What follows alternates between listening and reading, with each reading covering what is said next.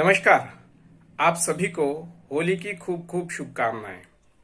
वसंत का महीना है और वसंत के महीने में शरीर में कफ की वृद्धि होती है, कफ का प्रकोप होता है, जिसके कारण बहुत सी कफ की बीमारियां जैसे सर्दी, खांसी, उल्टी होना, साइनस प्रॉब्लम, ये परेशानियां बढ़ती रहती है।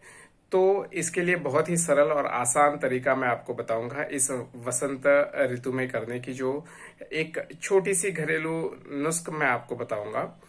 आपको क्या करना है, एक गिलास पानी में, सादा पानी, गर्म पानी नहीं, ना गर्म पानी ना ठंडा पानी, रूम टेम्परेचर का एक गिलास पानी में 2 से 3 चम्मच शहद, 1 से 2 चम्मच अदरक का रस और थोड़े तुलसी के पत्ते, ये डालकर ये थोड़ा थोड़ा जल दिन भर में अगर आप सेवन करते हैं तो जो वसंत ऋतु में होने वाला कफ का प्रकोप है, इससे काफी हद तक नियंत्रण में रह सकता है।